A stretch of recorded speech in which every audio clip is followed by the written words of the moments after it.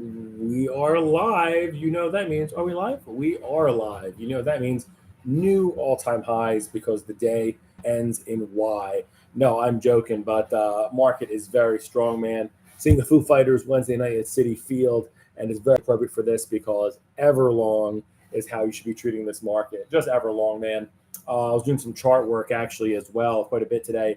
And I don't want to call it, but the next correction looks very slight. I was calculating about 4% down to 540 in SPY, 535 or so. So let's take a look at everything. Let's see what happened today. But strong market, we've been calling for this all week. Some things I was very right on, some things wrong. Some things I was right and I didn't trade it. So that particularly hurts. But let's see what's going on today. Let me share my screen here and we'll see what exactly moved the markets today. It was an interesting day actually with the new all-time highs. Then we had a reversal. We'll take a look first. But so today, pretty interesting. Let me zoom in because I don't think anybody comes through that. Let me see here. That's a little bit better, I think. So today, we know it's Friday, so we always have our end of week recap too. We're not gonna stop moving. It's a big day. So today, ARK was the only thing actually that measured a multiple sigma move was the ARK funds. And this is really interesting today. We might go a little long on the video, but it's important. I also added a few things. So the ARK was up to almost 2.5% today. I'm long ARKG. I took it up to you-know-what today on that. I still have another week to expiration, and that's why you roll credits against it and, utilizing spreads. But so ARK was up 2.5%. The reason why I'm saying this is, and you'll see it later in the list, so they gobbled up ARK today, to the 2.5% almost, and Tesla was up nicely. And the downside was what? Volatility and silver at the same amount, down about 2%. VXX to a new 52-week low, pretty bullish reading, and silver down 2%. So they're easing off of that. And then we go over the best trades of the week, and that's right here. You can see it through text. This week characterized by large, around 10%, 9 to 12% advances in home construction. My goodness, that's insane for a move like that in such a heavy, sector invested in hard assets like that. Solar, pretty different as, they're, not quite as profitable now. It's, for some of those areas pre-revenue. So you're seeing two very different investment, moves, and plus regional banking. So a lot of this has to do with what? Rates. That was all about rates this week, right? So in construction, we're banking on now that the Fed is going to cut 3 times. I checked the CME Fed Watch tool today. It looks like more than 50%, some 80%, that we are going to get cuts in September, November, and December. We'll see if that's true. 25 bips each time. So 75 bips is basically what the market's calculating through New Year's. We'll see. But the market is trading that this week as so, rallying those areas around 10%. So that's extraordinary. And also earnings kicked off today with JP Morgan, Wells Fargo, Citi, Bank of New York. There's a lot of earnings. Overall net good, we'll tell you. Right here, new all-time highs for SPY, and look at that, XLF. So obviously a lot of this was JP Morgan. It was down like 60 bips or so when I checked, but new all-time highs for XLF, which is financials. Healthcare, if you were long healthcare for a long time, they finally are showing its strength. This was also a rate story related. The Dow, new all-time high, and India, just chugging along.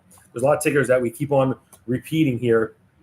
Dow was a come-upper now, but SPY and India have been just like clockwork, man. Very, very strong and strong slope, and I don't see it ending quite yet. So these are the 3 best trades of the week. And something I wanted to add in, I don't know if we're going to go deep into the charts with it. We'll see how we are over time.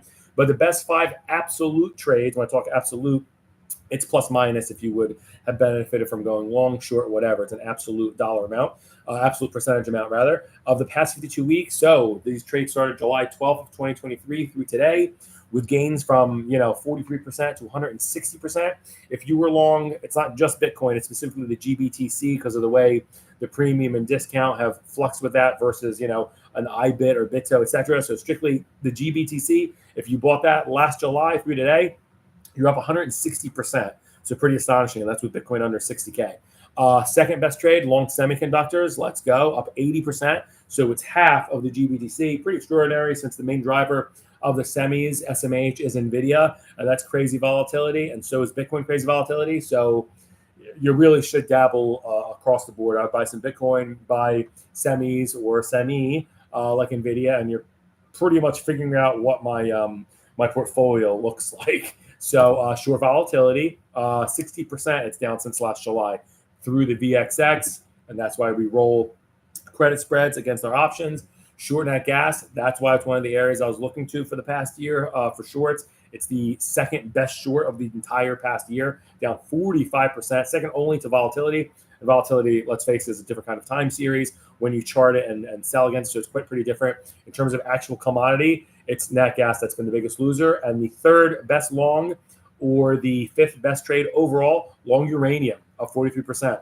So where is the market here, right? Bitcoin, tech, future type, I don't want to say cash flow because it's Bitcoin, but this is, growth, if you will. Semis, obviously growth. Volatility, people are banking on growth, seeing that there's going to be less, there's just no volatility. I think the S&P's gone maybe, what is it, like 8 months or something without a 2% or 1.5% drawdown. So that's where you get that. And then short nat gas, there's just, I'm not going to get into that story. The thing's just a piece of crap. And then uranium, this is growth as well, just different things. AI uses uranium. There's reactors. There are also geopolitical things that happened over the past year that pushed it a little bit higher, and so on and so forth.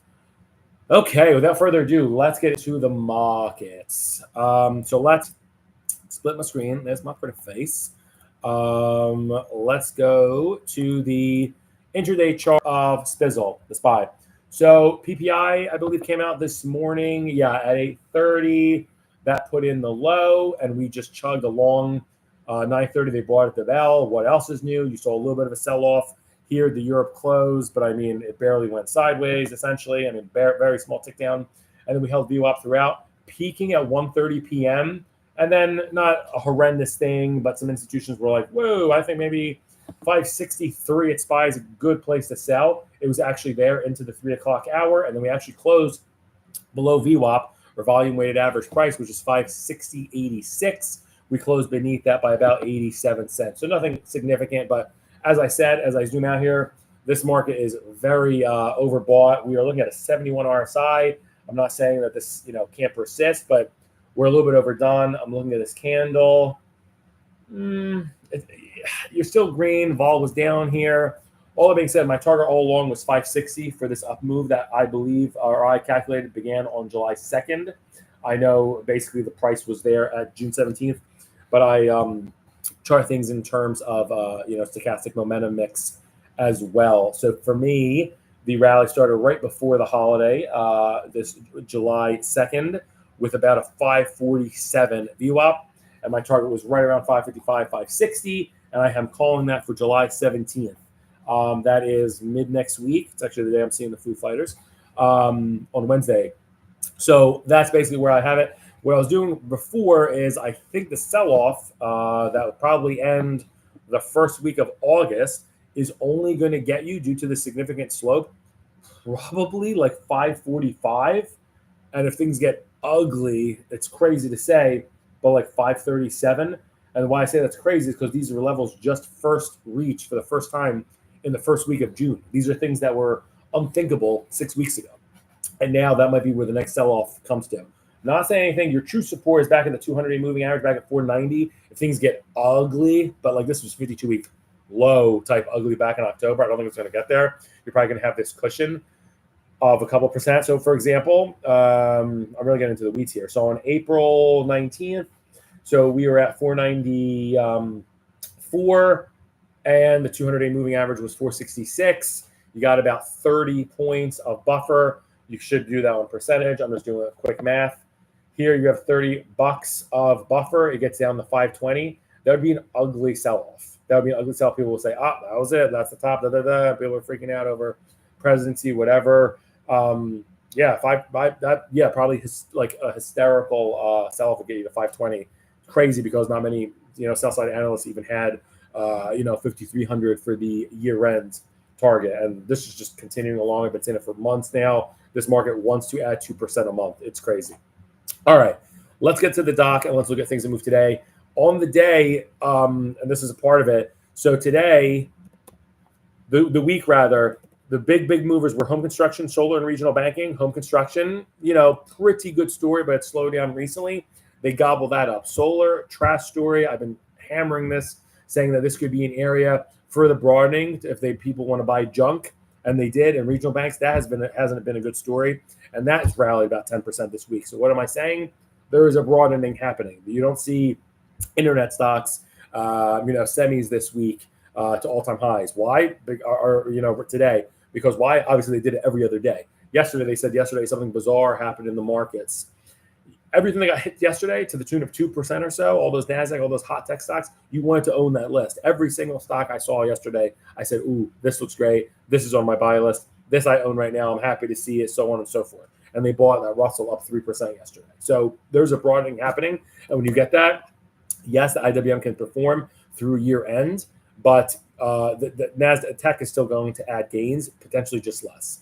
All right, so I just wanted to really talk about that because home construction, solar, and regional banking, the three big winners this week, up, like I said, 9 to 12%. Two were losers. I mean, essentially, regional banks were kind of on the dumps, not doing so great. Solar, same thing we saw with, and we'll look at the charts. But without further ado, so let's look at the ARK. Today it had a big day, up 2.3%. That is a multiple sigma move for it. It is trying really hard with this 200-day moving average, which is actually getting a very small lift. But let's be honest, it's been the same since April 15th. Very important line of support for this at 45.40. It's holding it now. Oof. The thing is with the rate story, if we are getting 3 cuts this year, people are going to start buying into Cathie Wood. I don't know if they're going to bring it quite, the Christmas 52-week highs at $54, but this thing can move. So it being $8 away, oof, that's what, 20%? Did I do that right? Wow. But this thing could move. So now what? Let me look at the charts. If there's opportunities, so on and so forth. It looks a little overdone to me. Yeah, so I thought, who's texting me right now when I'm doing a program? So 46, 85, 47 I have for a top here. So maybe it does another day or two maybe, but I see this coming back down to 44.80. That's just such a meaningful level. I think, 44.80, I think it actually dips below the 200-day moving average, especially as I see that the market is in its last inning of this rally. As I said, markets typically get to run, and you can kind of time frame it in about 15 days or so is the kind of stuff that I specialize in. And I still see a little bit more for this, but not a ton more. And then it'll go back down to about 44.80, $45. That was the only thing that was up big today. So they bought an underperformer. And that's pretty much it. All right, let's look at VXX. This was down pretty hard today, 2%, 1.7% actually when all said and done. But that's good enough for multiple sigma move on it. I was looking at charting for this. So I see this bottoming, VXX goes basically counter the SPX. So if I see S&P topping July 17th, I see VXX bottoming July 17th. But the level around there is right around 10.05. Did I zoom in? Yeah, the lower band on this is 995. Geez. So a little bit more to go, maybe, but I would expect this to bounce. Here's the crazy thing, and that's why I don't think the next correction is going to be significant. The volatility, I was talking about this with a buddy, is not even going to rip on the next, I don't believe, on the next sell-off. So even when NASDAQ was down hard yesterday, the VIX was down, I think it was, or it was up rather 80 bips or 1%, something like that. It wasn't significant. This next run, so I'm basically saying if we even get to 995 or 10.05, basically where it is here, I don't see us getting much more get above its 21-day exponential moving average, which is 10.75, and that's 60 cents away or 6%. 6% move in volatility over 2 to 3 weeks is who gives a beep. I mean, it's nothing. So this is bullish, man. This is bullish. When I do all these intra-calculations and I don't see, where the fear is coming from, that's just what we're looking at. So vol came down as a 52-week low for VXX. I was considering stopping, putting it in the dock and tracking it, but it's not an awful way to track volatility, which is still a needed thing, especially when you trade options. All right, silver. We were talking about silver earlier. Today it was down pretty hard, 2%. People were addicted to, buying ARK type stuff. This looks like it's, you can see the band here with the expansion. It hit its head and now came lower. Now what? This might have another day or two. There's just a lot of bullishness in the market overall. I think this might want to make another move towards 2880, where it is this top band, before going back down towards around 27.5. So that's my call on silver. Maybe a little bit more upside, maybe like another 70 cents or so, like 2%, before it starts to rest and revert back towards 27.5. All right. And those were the only two things that were down: volatility and silver in multiple sigma way. Pretty crazy. All right, now let's do top 5 gainers of the past 5 days. No repeats. How are we doing on time? 15 minutes. That's not too bad. All right, so boopity bop. All right, so the ITB, let's take a look at this because we have to. It was the best trade of the entire market over the past 5 days. Now what? What say we? That's fine. We highlighted this on a video earlier because of the rate story, and this is just a crazy move. Look at the 200-day moving average, a pretty tag right here. Just observing and understanding that the support is at 98. And look at this. When you're dealing with a superstar type stock, you get like 1 or 2 chances. It tags the 200-day or so, and then it pops right back up like almost like a fat person on a trampoline. Yeah, this is crazy. And it went all the way top here. So the 52-week high rests here at 116. You're $8 away. Now what? This is crazy. I have different levels of resistance here going on different things for volatility bands of 107 and 109. It's at 109. So you're at the higher end. It's a little bit extended from the 200-day moving average. This is a pretty interesting one. I don't want to straight buy calls in here, but yeah, I would say a little bit sideways to bullish, and it stays here at 109 before like coming back down potentially as low as 102. This was a big surge. I think this has some give back over the next 2 weeks or so, potentially. Maybe longer because it's just got going in such a short time frame. I think it has to rest up there around that 107 area for a while. All right, go to solar. I know it's just a weird small area of the market, but this one's just technically attractive to me. So I actually have a overbought sell alert from another data provider I have, and it's interesting because it is anticipating the 200-day moving average, which is flat at 45. Today it closed at 44.5, 2.8% up. This thing's just rounding over the 52-week low. Think about it. Thing's a piece of crap. Trade as low as $39. You got from 39 to 44. Pretty nice move in a week. Now what? We were calling for this. We said this is going to be an area that investors rotate to if you want to buy junk. And exactly it was. And what to do? It went right to the 200-day moving average. So it did this back here in May and in June. It might go above considering where the upper band is. Might have a little bit more to go, maybe like 46-ish, 46. But I don't think so. I think it's a little bit tired here. That was a massive run. So very interesting. I think this one comes to rest at 42. So I think you're getting ready to get back about 3-4% or so. What do I say? 42 it goes. So $2. Yeah, about 3% decline in the cards for the next 2 weeks for this.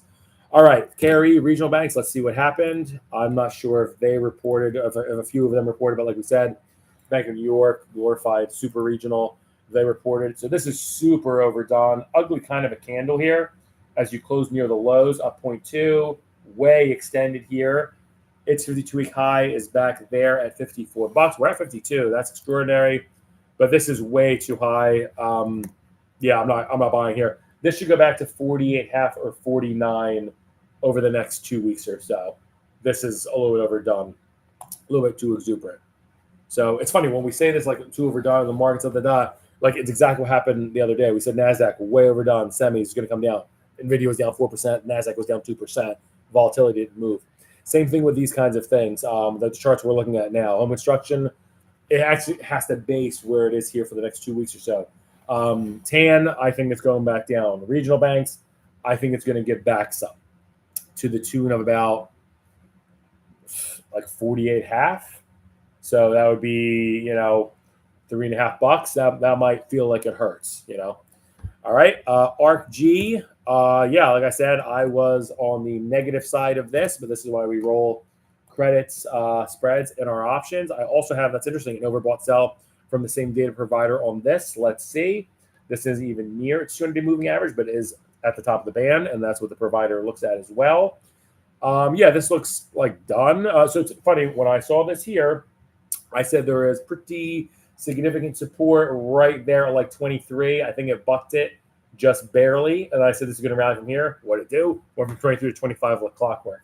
Just trade more of my ideas counter. But anyway, so I think this looks a little bit tired, and this wants to mean revert back down to right around here, 24.10. That would be very nice for my options position, but we'll see, because I think expiration is Friday. So we'll see if I run out of theta. But yeah, this looks like it's going back down to 24.10-ish. So that would be $1.20 out. Yeah, it'll be a 5% or so move down. That would be a big one. And then look at this one, Mexico, the 5th biggest gainer of the week. So it's pretty interesting as we go through. The doc I had, so home construction was not a winning story, but it's one of the top 5, the best gainer of the past 5 days, right? Solar is the second best. That was a loser. They're buying that up. Regional banks, it was a loser. They're buying that up. Genomics, that's a loser. They're buying that up. And then Mexico, that's a loser. They're buying that up. So what does that tell you? We're broadening. Investor dollars don't want to just buy NVIDIA all the way up to the moon, as trees don't grow to the sky. So just very interesting. Mexico, what did we say? We have to give this one time, see where it is. It's going to want to make a move towards its 200-day moving average, but first things first, right? It's got to get to 58. Bottom here, 55. I said ultimately, of course, 63 is going to be the big hurdle. And I said, let's see what it does at 59. And it got above 59 finally on the 9th. So 3 days ago, and now it's looking good. Nice candles. And the crazy thing with Mexico is the 52-week high is right here at 71. So which is very far away still, $9 or what is that, 15%? But pretty strong move here. I think it's exhausted itself for right here. I think it comes back down towards that 59 level and starts to carve out excuse me, a longer term rally. But that's impressive. That's very impressive. Congratulations if you bought this. We were saying it's going to mean revert. It's going to mean revert. It's going to mean revert after being oversold, and it did it. Wow, pretty extraordinary. And just another thing, technical analysis 101 here. You should have had the lowest RSI here. What's the price low? 54.88. 2 days. They closed at 54, or the lowest 54.88. Interesting. You should have had the lowest RSI there. It didn't happen though. The lowest RSI was here with this big capitulation. So you should have known that was a matter of time after June 13th, yours truly's birthday, that things were going to start to mean revert higher. And there you go. So very impressive rally. All right. So that was the 5th best long of the week. Losers of the week, Volatility, already did the chart, not doing it. PDBC, the 2nd biggest loser, down 2% on the week, but we highlighted this last week saying I do not like oil and commodities. I think they got tired, and that's exactly what happened after they hit a TED right here. And what happened? Voila, went lower. Now what? This could have a little bit more of a move towards 1375 maybe. That would be like a little bit extreme if they really like liquidated some of the energy, like strictly, oil obviously and stuff. The 21-day moving average is right here. Oof. It looks like there's a little bit of negative energy. I think this wants to go to like 1390, so just a little lower over the next week or so. IGV, the tech software, very always important for the NASDAQ and the broader market, a very positive story. Like, come on, 52-week or all-time high July 5th. Now what? I think this consolidates just a little bit, maybe for just another week or so, and then I think bullishness is going to come back into this. Probably rests around 85 to 86 bucks before trying to march towards 89 again, but it'll take a little bit of time for that. XLC is the 4th biggest loser this week, but come on, it's at 1.3%, and this thing has been on just a runaway train. Oh my gosh, look at this slope, dude. That's extraordinary. It's one of the best charts out there, and this is thanks to Meta Google. If you doubted Google and their crazy, Gemini and all that stuff, it behooved you because these things are all-time highs here. Additional with Meta being able to monetize on Reels and WhatsApp and all that. So this is crazy. Now what? This looks like it's a consolidated while a little bit, but not aggressively. I think it's going to like stay around 86 for 1 to 2 weeks, and then it's going to start marching higher towards what's the high? I was going to say past 88. Yeah, to new highs. So that's what I'm saying. This is emblematic of the broader market. I don't even think you're going to get that much of a sell-off and stuff like this. This was the fourth biggest loser this week. It was down 1.33%. So who gives up? Woo! Rocco's looking at me. All right, and then the last loser of the past 5 days was silver, down 1% where you look at the chart, so not doing that again. All right, so best 3 absolute trades of the past 5 days. If you were long home construction, solar, or regional banks, congratulations, because you crushed it. And let's just do this a little bit quickly. Best 5 trades of the past year. So this is a little bit longer, obviously. So what opportunities or do we think that things are changing or anything like that? Let's just see. So this is GBTC, the best investment of the past year. And I went from July 12th to July 12th. It technically hit a low August 18th, but whatever. This thing has gone from, let me see here. I mean, I know percent's 160%. In terms of dollars, yeah, this actually goes back to July 18th, it looks like. So this went from $20 to $51. Pretty extraordinary. Yeah, things look great. If you get a tag, look at the slope of this 200-day moving average. It's starting to get a little bit flat, like it's still rising, but it's starting to lose a little bit of mojo considering the high was put in, on St. Patty's Day. So that's a little bit too distant. If you can hold this 49, you don't want to see it touch 45, obviously. This should get a little bump. This should move towards 54. I've been saying for a while, similar to Mexico, but you can die waiting for that. All right, long semiconductors. This is common sense. Up 80% in the past year. Hit an all-time high yesterday. For goodness sakes, slope looks extraordinary. GBTC technically does look better. This put in a low on Halloween. The spooks was on you if you were able to buy this then at 138. Oh my lord! Congratulations, but. Yeah, the trends look great for these things, man. Has this even been oversold one time all year? I'm just trying to see when last time we were even given a good opportunity. April 19th was the last time you were giving like a good opportunity on this. It was under 200 then. Jeez, looks great. Short VXX, I'm not doing that because we already did that chart. Short nat gas, we did this as one as well. No, we did not do it today, so let me pull it up. Nat gas on a 1 year. This is extraordinary. So down 45%. You saw it peak here last August at $32. Now we're trading 16, call it. Technically speaking, just pretty to trade. When it gets to 200-day, no dice, and sell it. And looks like the support here is good at 14, but we're looking at this being the second best short of the year. Do you see it breaking below that? Has this been? Yeah, it's been oversold, but not since February. And we're in midsummer. The 200-day still going lower. Yeah, I think it breaks it, but maybe not significantly. The low is what? 1387. I don't know. We'll say. I would stay short. These are big trends. And then last one, uranium. I want to look at this, up 43% in the past year. Congrats if you're in this thing. Yeah, the low is literally right here last August at $21, and now we're 31, and there's your 45%. This is crazy. Is this actually?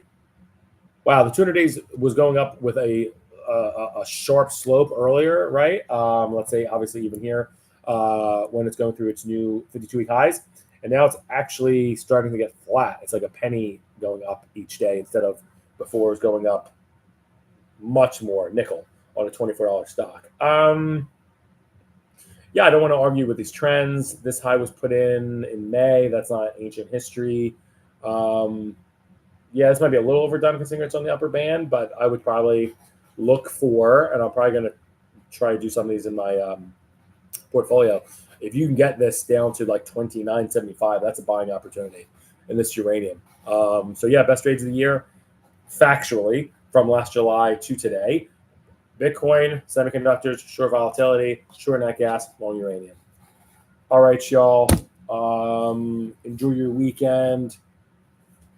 Peace.